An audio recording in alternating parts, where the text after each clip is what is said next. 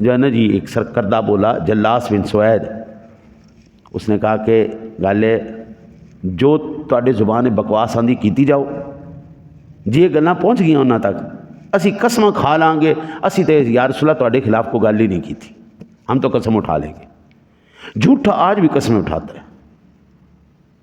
میں نے کئی آنکھوں سے یہ نظارے کیے، لوگوں کو سیدھا منہ پہ جھوٹ بولتے دیکھا ہے، کوئی حیا نہیں ہوتی ہے، مسجد ہے، قرآن ہے، کچھ بھی، کوئی چکر ہی کوئی نہیں، سیدھا منہ پہ جھوٹ بولتے۔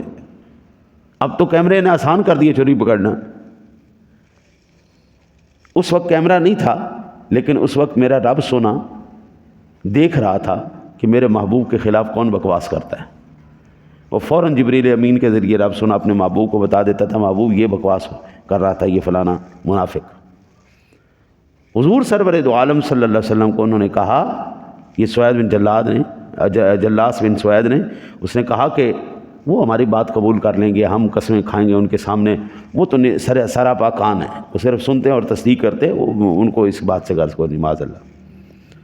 ایک قول یہ ہے کہ ان میں سے ایک شخص نے کہا کہ اگر سیدنا محمد صلی اللہ علیہ وسلم جو کچھ کہتے ہیں وہ برحق ہے تو پھر ہم گدھے سے بھی بدتر ہیں۔ اگر اسی مان جائیے نا جو نبی پاک کہندے نے تے اسی کھوتے تو بھی بدتر ہیں، اور واقعتاً وہ کھوتے تو بھی بدتر لوگ نے، جہے نبی پاک دی گل نہیں مندے وہ کھوتے تو بھی بدتر نے۔ کھوتا بھی مالک دی گل مان جاتا ہے، یہ پتہ نہیں کہڑی نسل نے، یہ تو کھوتا بھی نہیں یار۔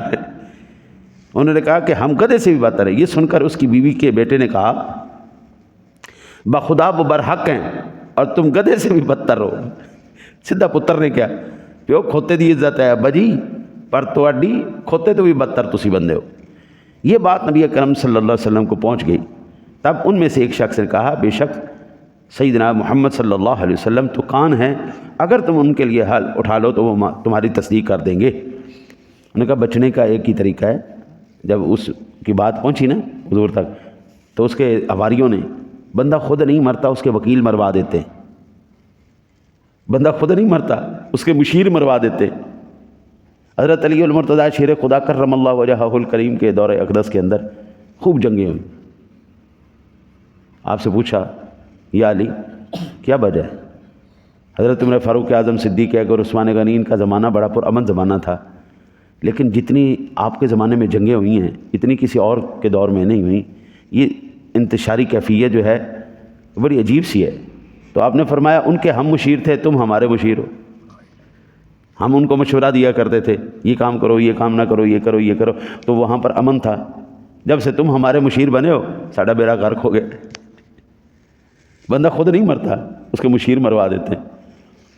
اس کے مشیروں نے کہا کہ اگر حضور سرور دو عالم صلی اللہ علیہ وسلم تمہیں پوچھے نا، اوے تم نے یہ بات کی ہے کہ اگر تم میرے دین پر عمل کرو تو گدھے ہو، ہے نہیں، گدھے سے بھی بدتر ہو، تو تم قسم اٹھا لینا یا رسول اللہ کی قسم میں نے کوئی نہیں ایسی بات کی، میں نے کوئی نہیں کی، میں بالکل سچا پاک ستھرا۔ تو اللہ وحدہ لا شریک ان کے ایک ایک عیب کو کھول کے رکھ رہا ہے، ایک ایک عیب کو کھول کے رکھ رہا ہے۔ اللہ وحدہ لا شریک نے اس آیت مبارکہ میں ان کا رد کیا۔ آپ کہیے محبوب، آپ کہیے کہ وہ تمہاری بھلائی کے لیے ہر ایک کی بات سنتے ہیں۔ یہ میرے حضور کا جگرہ ہے بھائی، وہ اپنوں کی بات سنتے ہیں اور غیروں کو بھی سنتے ہیں، لیکن وہ اس طرح نہیں سنتے جس طرح تم ان کے سننے کا بطور مذمت ذکر کرتے ہو، بلکہ وہ نیکی کی بات سنتے ہیں اور اس کو قبول کرتے ہیں۔ آپ کے نزدیک جس بات پر دلائل قائم ہوں آپ اس کی تصدیق کرتے ہیں۔ حضور سنتے سب کی ہیں، لیکن جس پر دلائل قائم ہوں، جو اللہ کی بارگاہ سے مقبول بات ہو، اس کی تصدیق کرتے ہیں۔ ایک بات، مومنوں کی باتوں کی آپ تصدیق کرتے ہیں، کیونکہ آپ کو ان کے خلوص کا علم ہے۔ اب یہاں سے یہ بات پتہ چلی کہ منافقین برے کان ہیں، اور وہ اللہ تعالیٰ کی آیات سنتے ہیں لیکن ان پر ایمان نہیں لاتے، مسلمانوں کی باتیں سنتے ہیں اور ان کو قبول نہیں کرتے۔ اور نبی اکرم صلی اللہ علیہ وسلم نے ان کی باتیں ازراہ شفقت سنتے ہیں لیکن ان کو قبول نہیں کرتے۔ حضرت یہ میرے نبی کا جگرا تھا کہ حضور ہر ایک کی بات سنتے تھے۔ آپ جتنے بھی حضرات اولیاء اللہ کے دیکھ لیں، آج تک یہ گدھے سے بدتر مخلوق ان کے اوپر نہیں بکواس کرتی۔ انہوں نے اپنی زندگیوں کے اندر بھی برداشت کیا، بعد از وصال بھی ان کے اوپر تان کیا جا رہا ہے۔ بھائی ایک کو تم کہہ رہے ہو اولیاء اللہ، اللہ کے ولی، پھر اس کی برائی کر رہے ہو۔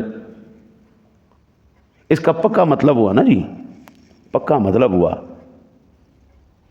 کہ وہ بندہ خالصتاً اللہ سے اور اس کے نیک بندوں سے جلنے والے کا نمائندہ ہے، شیطان، وہ شیطان کا نمائندہ ہے۔ منافقین میں سے جو ایمان کا اظہار کرتا ہے اس کو قبول کرتے ہیں اور اس کا پردہ فاش نہیں کرتے۔ یہ اس میں تنبیہ ہے کہ وہ تمہارے حال سے ناواقفیت کی بنا پر تمہارے قول کو قبول نہیں کرتے، بلکہ تم پر شفقت اور رحمت کی وجہ سے تمہاری باتوں کو قبول کر لیتے۔ یہ حضور کا ان کے اوپر احسان عظیم تھا۔ حضرت میں آپ کو اپنے مرشد گرامی حضور سیدی محدث اعظم پاکستان مولانا سردار احمد صاحب رحمۃ اللہ تعالی علیہ کا واقعہ سناؤں۔ ابا جی رحمۃ اللہ تعالی علیہ فرماتے ہم بیٹھے ہوئے تھے اور شیخ الحدیث صاحب حدیث پڑھا رہے تھے، دو بندے آئے، یہ میں نے ابا جی سے خود سنا۔ وہ کہتے ہیں ہم بیٹھے پڑھ رہے تھے، حضور شیخ الحدیث کے پاس دو بندے آئے، ایک کے ساتھ آپ نے سلام ہاتھ ملا لیا، اس نے سلام کیا حضرت صاحب کو، ہاتھ ملا لیا، اور دوسرے سے آپ نے ہاتھ کھینچ لیا، آپ نے ہاتھ نہیں ملایا۔ اس نے کہا حضرت آپ نے مجھ سے ہاتھ کیوں نہیں ملایا؟ میں بھی مسلمان ہوں اور مسلمان کا حق ہے کہ جب کسی کو سلام کرے تو اس پر واجب ہے کہ وہ اس کا جواب دے۔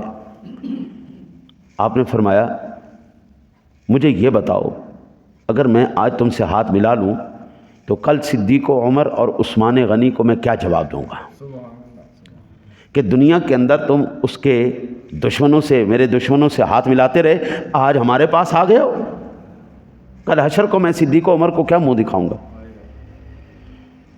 اللہ اکبر اللہ! وہ بندہ عقیدے کا اس پارٹی سے تعلق رکھتا تھا جو حضور کے خلفائے ثلاثہ کو تبرہ کرتے ہیں، گالی نکالتے ہیں۔ یہ ابا جی کہتے ہیں ہماری آنکھوں کے سامنے واقعہ ہوا، اور حضور شیخ الحدیث رحمۃ اللہ تعالی علیہ ایک حضور کے امتی تھے، عالم تھے صرف دین کے۔ حضرت ایک دین کے عالم کو حدیث کے صدقے، قرآن کے صدقے اللہ نے اتنی نظر دے دی، وہ پہچان رہا ہے اس کے اندر کیا ہے، نور ہے یا گند ہے، یہ بندہ مومن ہے یا منافق ہے۔ یار خود تصور کرو میرے سونے نبی کا عالم کیا ہوگا۔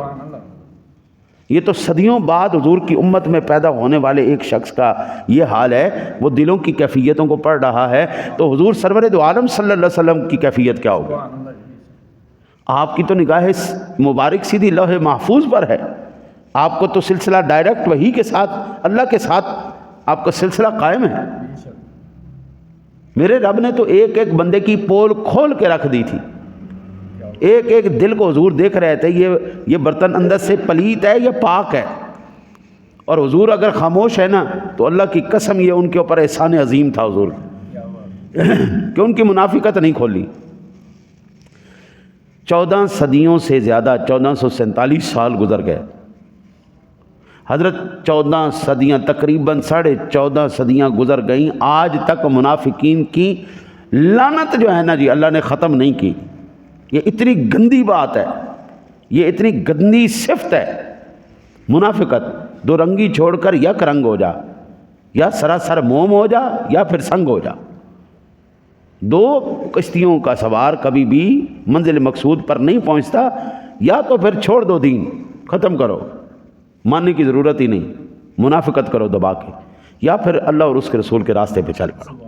جب پتہ ہے کہ اللہ والوں کی مرنے کے بعد بھی اللہ تعالیٰ ان کی عظمتیں، شانیں، رفتیں اور حضور کے غلاموں کی تعریفیں کرتا رہتا ہے، قیامت تک ہوتی رہیں گی، اور منافقین کی مذمت ہوتی رہے گی، تو پھر بابو کیا ضرورت ہے قیامت تک گالی کھانے کی؟ 4 دنوں کے آسانی کے لیے ہم ساری زندگی کی لعنت اٹھا لیں، ایسا نہیں ہو سکتا۔ اس کے بعد فرمایا جو لوگ رسول اللہ صلی اللہ علیہ وسلم کو ایذا پہنچاتے ہیں ان کے لیے دردناک عذاب ہے۔ یہ بیان کیا جا چکا ہے کہ نبی اکرم صلی اللہ علیہ وسلم ان کے لیے خیر اور رحمت ہیں، اور وہ بہت خبیث اور گمراہ ہیں۔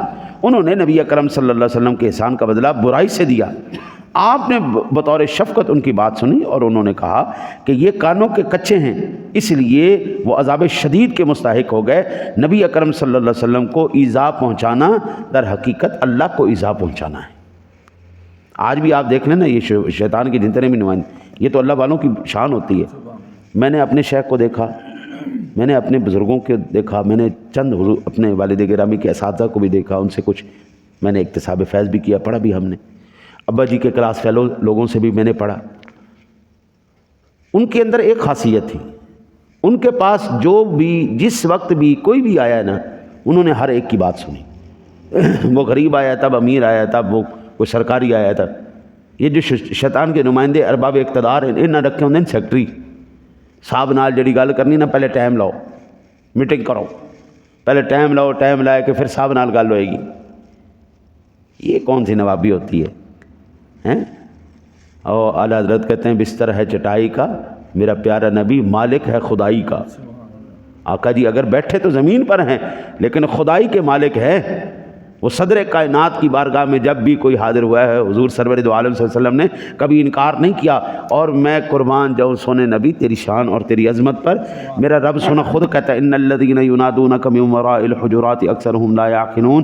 جو حضور سنے جب گھر تشریف لے جاتے ہیں نا غلاموں سے آرام کرنے کے لیے، تو لوگ جو پیچھے سے بیوقوفی کرتے ہیں، یا محمد ہماری بات سنیے صلی اللہ علیہ وسلم، یا محمد ہماری بات سنیے، حضور کو گھر سے آوازیں دیتے ہیں، باہر آؤ جی میری ساڈی گل سنو، باہر آؤ جی گل سنو۔ اللہ ارشاد فرماتا بڑے بیوقوف ہیں، عقل ہی کوئی نہیں انہوں نے۔ بندہ آرام کرن گیا گھر، پیچھو آبادہ مار رہے ہو۔ وَلَوْ أَنَّهُمْ صَبَرُوا حَتَّى تَخْرُجَ إِلَيْهِمْ لَكَانَ خَيْرًا لَهُمْ۔ وہ صبر کرتے اس وقت تک یہاں تک کہ حضور خود تشریف لے آتے۔ واللہ غفور الرحیم، یہ ان کے لیے بڑی اچھی بات تھی، اور اللہ بڑا بخشنے والا ہے۔ یار آپ اندازہ کیجئے کہ بلا حضور کتنا شفقت اور کرم فرماتے تھے ہر ایک کے اوپر۔ گھر بھی گئے تو پھر بھی آواز مار کے حضور کو بلا لیا کرتے تھے، حضور نے پھر بھی اعتراض کوئی نہیں کیا۔ تو یہ تو حضور کی مہربانی ہے، شفقت ہے، اور انہوں نے اس کی اچھائی کو غلط سمجھ لیا۔ اللہ سے دعا ہے اللہ تعالیٰ آپ کو مجھے حضور سرور دو عالم صلی اللہ علیہ وسلم کی عظمت، شان، رفعت سمجھنے کی اور اس پر عمل کرنے کی توفیق عطا فرمائے۔